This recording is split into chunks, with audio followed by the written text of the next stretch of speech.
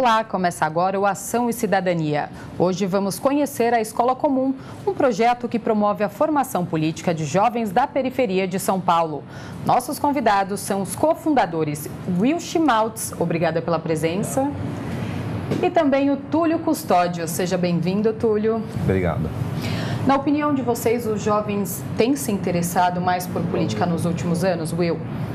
Sim, essa experiência no processo seletivo da escola, a gente tem visto que até para a sobrevivência, assim, até para eles poderem resistir a tantas dificuldades que eles vivem, eles precisam fazer política. Talvez eles não tenham tanta consciência do que é aquilo que a gente entende na academia, com aquela política institucionalizada, mas eles vivem política o dia todo, né?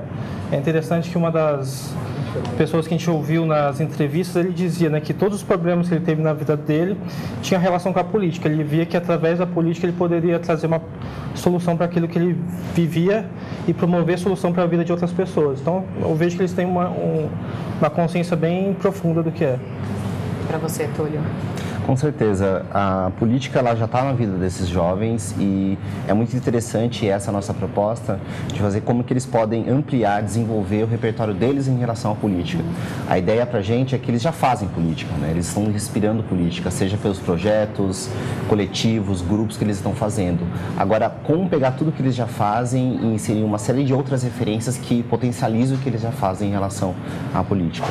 E a percepção dos jovens da periferia sobre política é diferente dos outros jovens que moram em regiões centrais e que, de certa forma, têm mais acesso à informação? Tem as diferenças porque, em função do histórico de vida, né?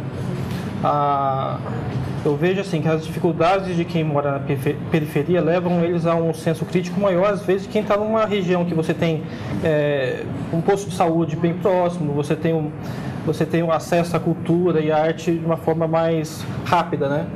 Então eu vejo que existe um pouco de diferença em relação a isso, mas não tanta por causa da internet, né? Assim, as pessoas têm um acesso rápido e por isso eu vejo uma possibilidade de todos terem um acesso legal assim, em relação a essa temática de política. Mas por causa da histórico de vida e das dificuldades que eles têm, o senso crítico deles eu vejo que é um pouco mais apurado. Com certeza. Política está vinculada à experiência de vida, né? E a experiência que está vinculada a acessos e a não acessos, a oportunidades e não oportunidades. O que a gente tem percebido, principalmente na seleção dos jovens, é que eles têm um olhar aguçado, um olhar crítico para muitas coisas que tem muito a ver com as faltas de oportunidade, com a falta de acesso que eles possuem, mas ao mesmo tempo tem um lado da criatividade, o lado da potencialidade. Todo um lado que muitas vezes a gente não percebe ou mesmo não se tem espaço, seja nas mídias, referências e até na representação institucional, que esses jovens trazem. Então, essa diferença está na questão da falta de acesso, mas também está essa criatividade, né? Aquela velha expressão de quem faz do limão uma limonada, né? Esses jovens estão fazendo isso a todo momento. E, Túlio, pensando em tudo isso que a gente falou, como que é a Escola Comum, né? Como que o projeto contribui com esses jovens?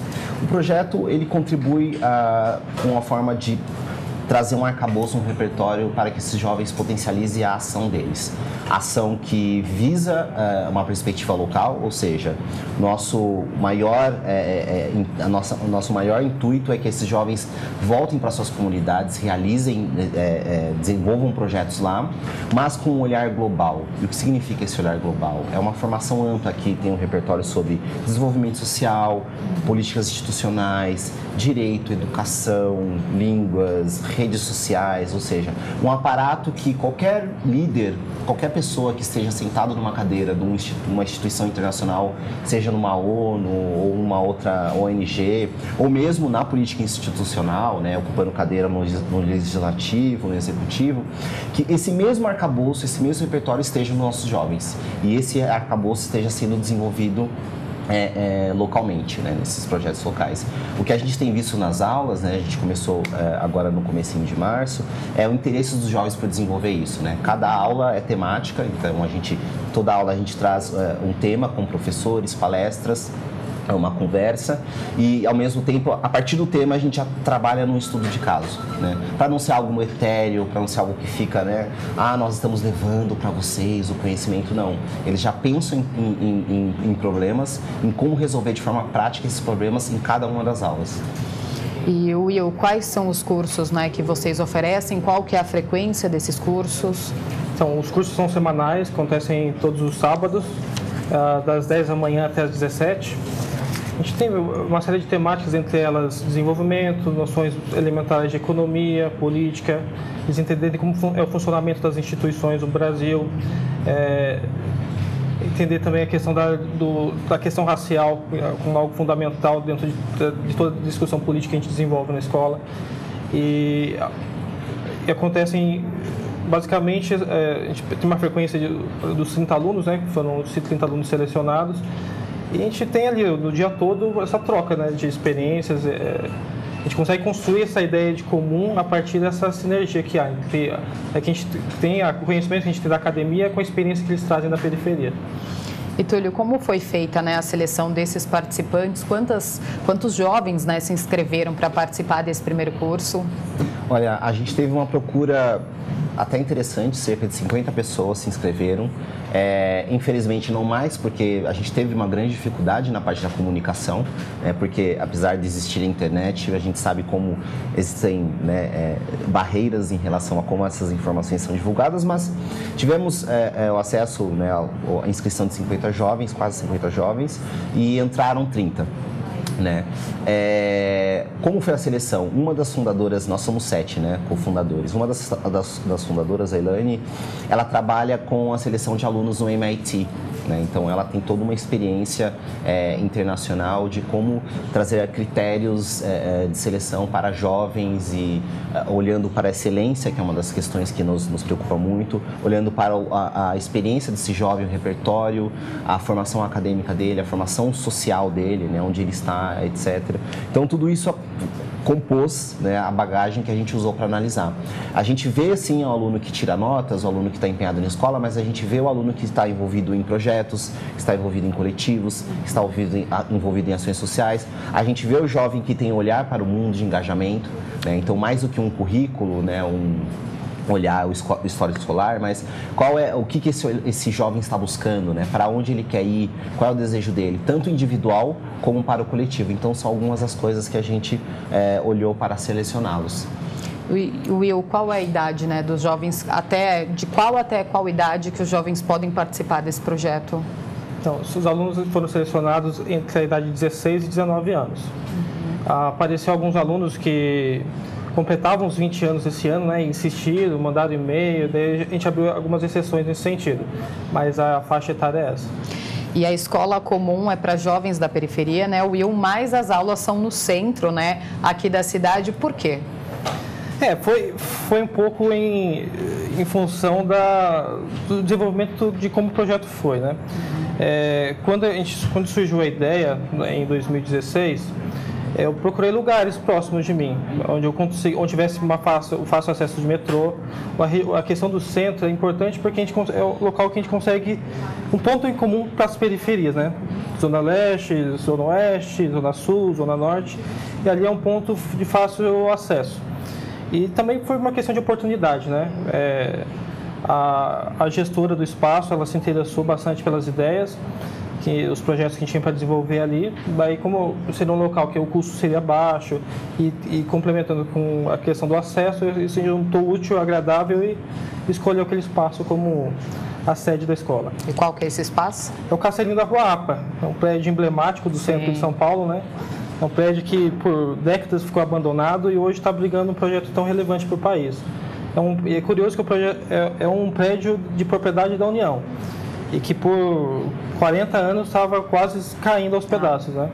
E hoje ele foi revitalizado com muito esforço da ONG que hoje ocupa o espaço, e a partir dessa sensibilidade dela de acreditar nessa ideia, hoje a gente pode fazer desse espaço da União um espaço realmente público, de acesso a todos, né? Bem bacana. E, Túlio, o modelo que vocês implantaram, ele foi inspirado nos moldes internacionais, né? Você pode me explicar um pouquinho isso? Claro, a gente estava, e aí quando eu falo a gente, né, nós os cofundadores, analisamos uma série de exemplos de escolas, Kennedy School, Gandalf School, Schumacher, enfim, uma série de iniciativas que a gente tem pelo mundo, né, dos Estados Unidos, a Reino Unido, África do Sul, alguns lugares na Índia, de escolas que tinham como base essa coisa da formação de jovens que estavam, né, em situação de vulnerabilidade social, etc., para para que esses jovens pudessem assumir posições, né, seja na universidade, seja em instituições internacionais, etc. e tal. E é muito interessante que, analisando não só os currículos dessas escolas, o modelo de desenvolvimento delas, a gente percebia que existia um grande desenvolvimento, né? Os alunos realmente eles conseguiam alcançar espaços, e quando você vai para uma cadeira em NYU, por exemplo, em Nova York, você vê uma série de alunos desses sentados nas universidades. Quando você vai para os Estados Unidos, para Reino Unido, você vê alunos também sentados em cadeiras, alunos provenientes da Índia, da China, de países de África e tal. E a gente percebia que no Brasil esse tipo de iniciativa não ocorria.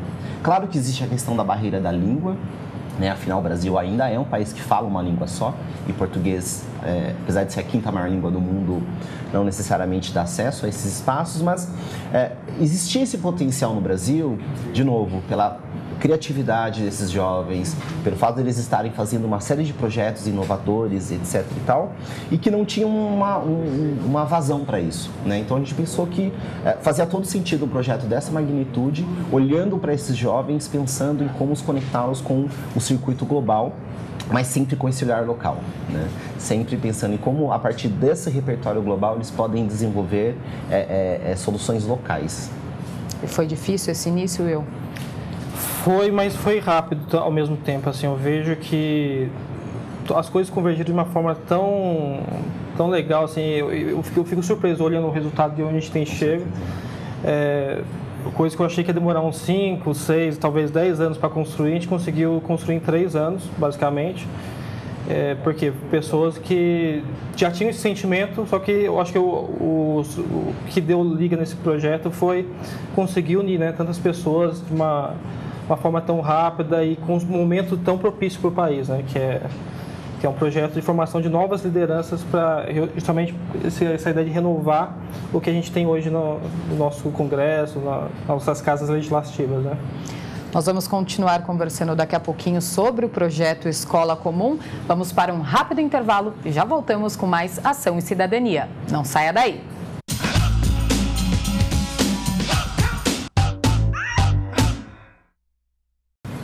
Estamos de volta com Ação e Cidadania, hoje falando sobre a Escola Comum. Continuo com Túlio Custódio e com Will Schmaltz. A gente estava falando, né, sobre o início do projeto de vocês lá em 2016. Quais foram os principais desafios que vocês enfrentaram e quais são os que vocês enfrentam ainda hoje, Will? Não, o primeiro desafio foi o local, né? O local foi o primeiro desafio. A gente começou com alguns pilotos na periferia, para quem eu percebi naquele momento que tinham 2 públicos que precisavam ser alcançados. Você percebia dentro da sala do ensino médio alunos assim, muito brilhantes, acima da média, e você tinha aqueles alunos que ainda não tinham um olhar tão já apurado e sensível àquela temática que a gente queria desenvolver naquele momento. Nisso, a gente pensou em 2 estratégias: a formação desse grupo, né, daqueles alunos que tinham um pouco mais de destaque, e trabalhar através de uma outra linguagem os alunos que ainda não estavam com uma consciência tão profunda sobre aqueles assuntos. Então a Escola Comum surgiu para atender esse público mais engajado. Daí naquele momento a gente, dentro das escolas, a gente conseguia desenvolver esse trabalho em conjunto até às vezes a escola não tinha horário na hora, a gente fechava. Então assim, a falta de compromisso às vezes que a gente encontrava. E a partir daqui a gente comecei a procurar um local para poder ser um local fixo, onde eu pudesse administrar a questão de horário, o dia da semana que eu queria que fosse o curso e tal. E nisso eu encontrei a Mariolina, do Clube de Mães do Brasil, e nisso a gente conseguiu a parceria para utilizar o Castelinho da Rua APA. Uma segunda dificuldade que eu tive foi basicamente encontrar quem seriam os professores para fazer aquilo, né? Inicialmente, uma das nossas cofundadoras, a Esther Solano, eu já tinha levado ela para fazer uma palestra dentro desses pilotos, E eu falei para ela, teria como você me ajudar a produzir conteúdo para poder passar para esses alunos? Mas eu nem imaginava que eu encontraria professores interessados em estar presentes dando aquele curso. Porque assim, não vou, nem passava pela minha cabeça em trazer acadêmicos para dar presencialmente aquele curso. A intenção era gravar a aula e passar para os alunos e promover as discussões ali. Então aqui, a generosidade dela e dos meus colegas hoje, assim, a gente conseguiu construir esse projeto, isso tem trazido muita visibilidade. Se eu não tivesse o apoio deles assim, presencialmente ali, talvez eu não estaria aqui hoje conversando com vocês sobre esse assunto. Então, assim, foi por tudo que eu falo. Eu não posso falar de tantas dificuldades assim. As dificuldades estão sendo agora, na implementação, né? A gente tem muitos sonhos que a gente quer realizar com esses alunos, mas eu vejo assim, até aqui tudo tem enrolado assim, de uma forma muito rápida. Me sinto assim, muito privilegiado de estar fazendo parte dessa equipe tão boa e tão engajada com a equipe de coordenadores e a equipe de professores. Os professores são voluntários? São voluntários. Um desafio que a gente está tendo hoje a gente quer promover uma ajuda de custo, porque alguns vêm do Rio de Janeiro, outros vêm do Rio Grande do Sul.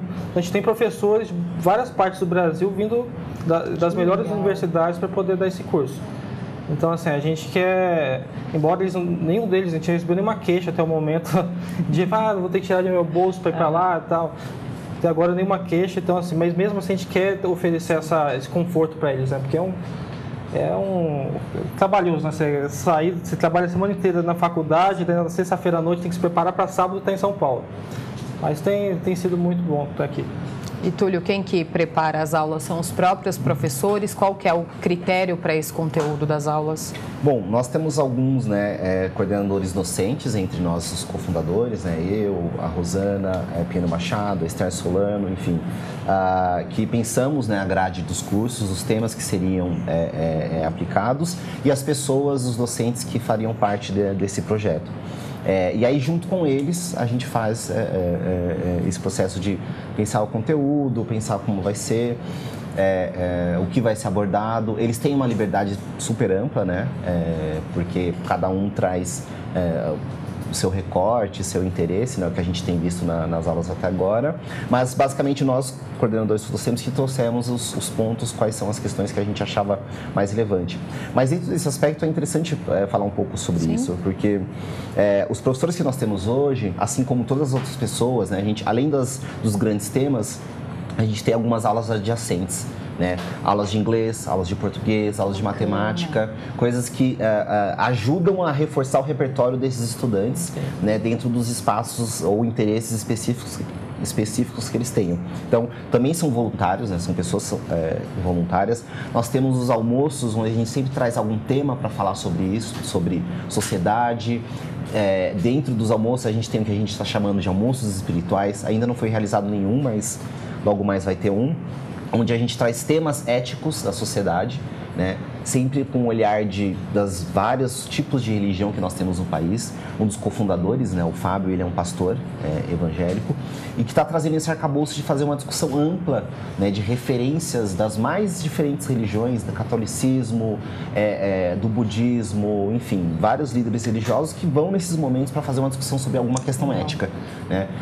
Sobre solidariedade, sobre comunidade, sobre amor, enfim, temas que são importantes para esses jovens.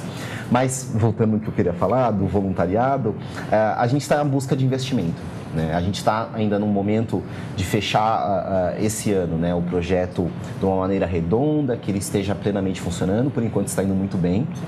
Mas, com certeza, investimento é algo que vai ser extremamente necessário, porque, além dos professores voluntários, tem ajuda de custo que a gente já está dando para os alunos, né? Porque isso é importante marcar, né? Os alunos são alunos periféricos, é importante que eles estejam interessados e façam projetos com a gente, mas tem o almoço, tem a ajuda de transporte, então isso também são gastos que, por mais que a gente, né, esteja feliz agora e suando um pouco ali e aqui para conseguir, né, fazer acontecer, mas para que isso continue acontecendo e o projeto possa, inclusive, se expandir, com certeza a questão da estrutura, né, do investimento vai ser importante para nós. No momento, vocês têm algum tipo de patrocínio? Não. Hoje, a plataforma que abriga o projeto fez uma poupança no ano passado para poder bancar algumas despesas iniciais, só que esse dinheiro ele é limitado. A gente gente consegue manter ele até o meio do ano só, a parte só de alimentação. Então, assim, hoje a parte de ajuda de custo para o transporte dos alunos está tirando dinheiro do nosso bolso. Mas a gente sabe que isso é temporário, muitas pessoas têm se interessado já pela ideia, mas é um desafio que a gente tem para enfrentar e vencer. E agora que começou mesmo o curso, acho que vai atrair mais patrocínio, Sim, né? sem dúvida.